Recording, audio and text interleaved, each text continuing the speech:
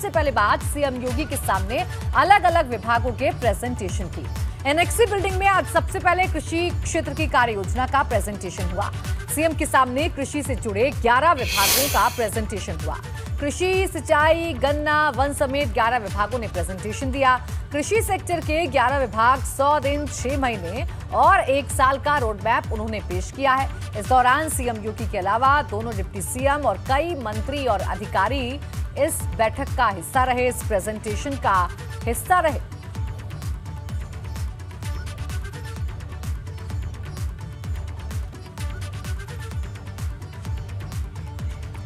तो आपको बता दें कि प्रेजेंटेशन हुआ है और प्रेजेंटेशन कृषि से जुड़ा हुआ, कृषि से जुड़े हुए 11 विभागों का ये प्रेजेंटेशन हुआ है।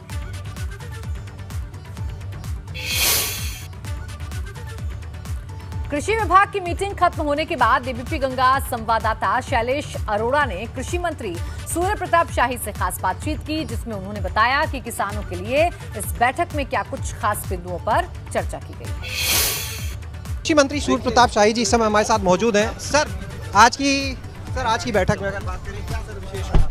सर, जानना चाहेंगे आज पहली बैठक, जितना विस्तृत प्रेजेंटेशन आप ही का विभाग कृषि प्राथमिकता का विभाग है, एफपीओ का निर्माण किया जाएगा। साथ साथ में जो है वो कृषि उत्पादक संगठनों को का गठन करके और किसानों को इस क्लस्टर में खेती करने के लिए उनको प्रोत्साहित करने की दृष्टि से ये कार्यक्रम हम लोग चलाएंगे और हर विकास खंड में एक कृषि उत्पादक संगठन बनाने का एक लक्ष्य रख करके इस बीच अवधि में काम करेंगे।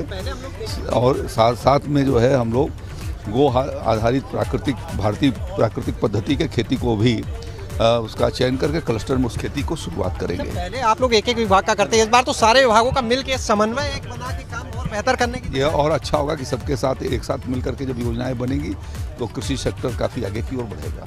धान और फसल मूल्य पर बात कोई यहाँ पर आपने सुना सूर्य प्रताप शाही जी को, जिन्होंने बताया कि किस तरह से कृषि सेक्टर में और बेहतर काम किया जा सके, इसको लेकर आज की पूरी ये बैठक थी। और बैठक का जो एजेंडा वो यही कि कैसे जो संकल्प पत्र में वादे किए गए हैं उनको पूरा किया जाए। कैमरा सहयोगी जितेंद्र के साथ शैलेश अरोड़ा, एबीपी गंगा, लखनऊ। और आज विभागों के काम की प्रेजेंटेशन बैठक के बाद तमाम मंत्रियों का क्या कुछ कहना था, आइए आपको ये भी सुनवा देते हैं। सेक्टर के क्षेत्र पर आज चर्चा हुई है और ऐसे ही सेक्टरवार चर्चाएं होंगी। आज पूरी विस्तृत चर्चा होगी। सर, जो योजना है क्या आगामी 5 साल तक के लिए पूरी चर्चा? अभी सारी बातें धीरे धीरे आपके प्रकाश में आ जाएंगी। सर, कुछ प्रमुख बातें जो आज चर्चा में रही, कृषि को लेकर जो संकल्प सेक्टर पे पूरी चर्चा हुई है और धीरे धीरे सभी ऐसे सेक्टर पर चर्चा होगी, आपको विस्तृत जानकारी दी जाएगी। जानना चाहेंगे कि आज की जो बैठक रही है, अब इसके शिक्षा विभाग का नंबर कब? शिक्षा विभाग के लिए अभी कोई डेट तय नहीं की गई है, जैसी डेट तय होगी तो उसको बता देंगे। अभी कोई इसका प्रस्ताव डेट नहीं मिली है। आज की बैठक में अहम बातों की अगर कहें तो क्या रही?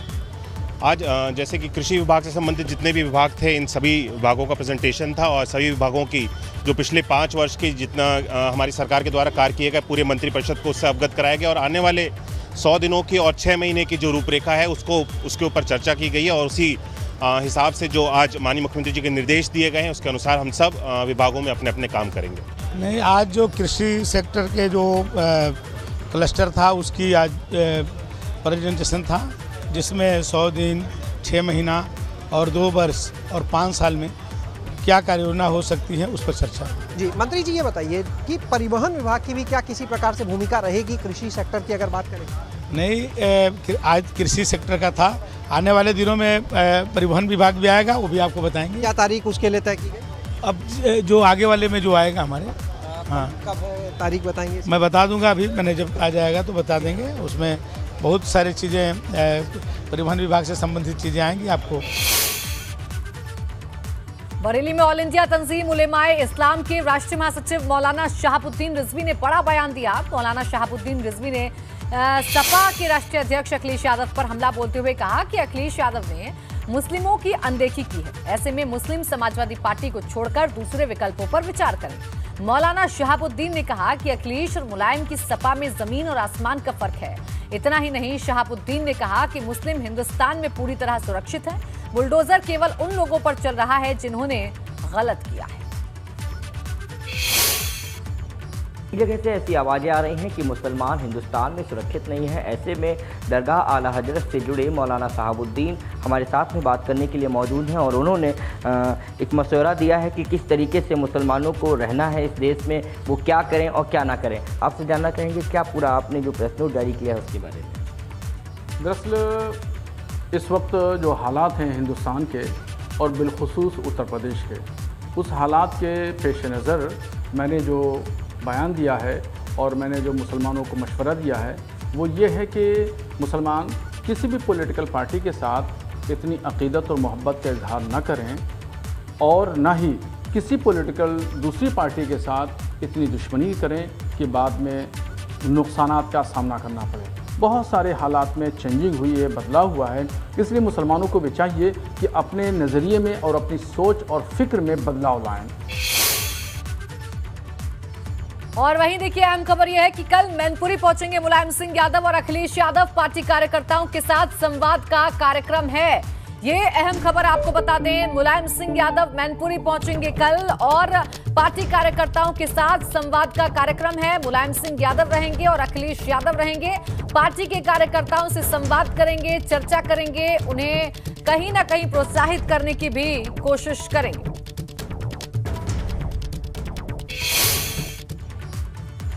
उत्तर प्रदेश विधान परिषद चुनाव में अपने बेटे विक्रांत सिंह ऋषु को निर्दलीय प्रत्याशी के तौर पर जीत दिलवाने वाले एमएलसी यशवंत सिंह ने कहा है कि वो अब भी भाजपा में हैं और उन्हें पार्टी की तरफ से निष्कासित किए जाने की कोई सूचना नहीं मिली है। यशवंत सिंह ने कहा कि वो अब भी भाजपा में ही हैं और पीएम मोदी और सीएम योगी का सम्मान करते हैं। आपको बता दें कि एमएलसी चुनाव में अपने बेटे को निर्दलीय चुनाव मैदान में उतारने के बाद भाजपा ने यशवंत सिंह को 6 साल के लिए पार्टी से निष्कासित कर दिया था। आपसे तो कल राजा भैया भी मिलने आए। राजा भैया जो हमारे संबंध हैं इसको तो आप जानते हैं ना, संबंध हमारे कभी खराब नहीं हुए, हमारे संबंध है, हम भी उनसे मिलते हैं, वो भी हमसे मिलते हैं। राजा भैया बहुत सारे पोस्टर लगे हुए हैं। अब ऐसा नहीं है कि हमारे और वीरेश तिवारी के संबंध चल रहे हों और आज हम उसको खराब करते हैं। खराब तो दोनों तरफ से होता है, मेरा जिससे जो संबंध रहा है वो संबंध कायम है। तो आप भाजपा से निकाले गए हैं तो आप जाएंगे जनसत्ता दल में? देखिए, मीडिया ने निकाला है और फेसबुक ने निकाला है, मुझे आज तक कोई पत्र नहीं मिला है, मुझे आज तक कोई सूचित नहीं किया है। जब कोई सूचित करेगा और मुझे बताएगा तो मैं मान लूंगा कि मुझे कोई निकाला है या नहीं निकाला है। अभी उत्तर प्रदेश के काशी में एक शख्स ने अपने घर पर लाउडस्पीकर लगा दिया है जिसमें दिन भर में 5 टाइम हनुमान चालीसा चलाई जाती है। तो आपको बता दें कि लाउडस्पीकर काशी विश्वनाथ ज्ञानव्यापी मुक्ति आंदोलन से जुड़े सुधीर सिंह ने लगवाया है, जिन्हें भाजपा का स्थानीय नेता भी बताया जा रहा है, जिनका मानना है कि काशी में लंबे समय से सुबह के समय हनुमान चालीसा का पाठ होता आया है। इसी परंपरा को उन्होंने आगे बढ़ाया है। अब लक्ष्य 101 मंदिरों और कुछ और घरों में लाउडस्पीकर लगवाने का है। आप बोल दीजिएगा उस समय।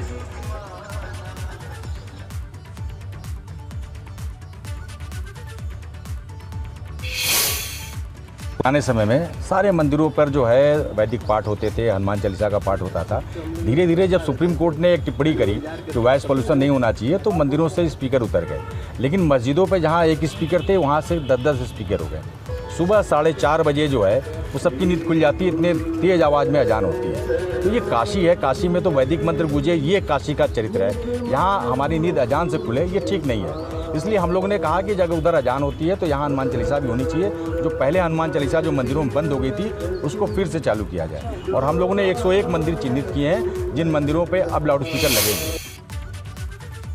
प्रयागराज में सपा के ब्लॉक प्रमुख के खिलाफ कुर्की की कार्रवाई की गई है। अंतर्राज्य गो तस्कर और सपा ब्लॉक प्रमुख के खिलाफ प्रयागराज पुलिस का शिकंजा कसने लगा है। भूमाफिया घोषित कौड़िहार के सपा ब्लॉक प्रमुख मोहम्मद मुजफ्फर की 5 संपत्तियों के खिलाफ पुलिस ने कुर्की की कार्रवाई को अंजाम दिया है। एसएसपी अजय कुमार की मौजूदगी में करीब 5 करोड़ कीमत के 5 बड़े प्लॉट, मकानों और दुकानों की कुर्की की गई है। उधर बात हरदोई की करेंगे, जहां पर पुलिस प्रशासन के अधिकारियों की मौजूदगी में गोकशी के आरोपी अनीश की 25 लाख रुपए की संपत्ति कुर्की गई। पुलिस ने कुर्की की डुगडुगी बजाकर ग्रामीणों को सूचना दी। बताया जा रहा है कि शातिर गोकश अनीश के खिलाफ कई थानों में मुकदमे दर्ज हैं। कछवाना इलाके में गैंगस्टर एक्ट के मुकदमे में पुलिस ने कार्रवाई की है। इसके अलावा कोतवाली देहात इलाके में भी अनीश के खिलाफ गैंगस्टर एक्ट की कार्रवाई की गई है।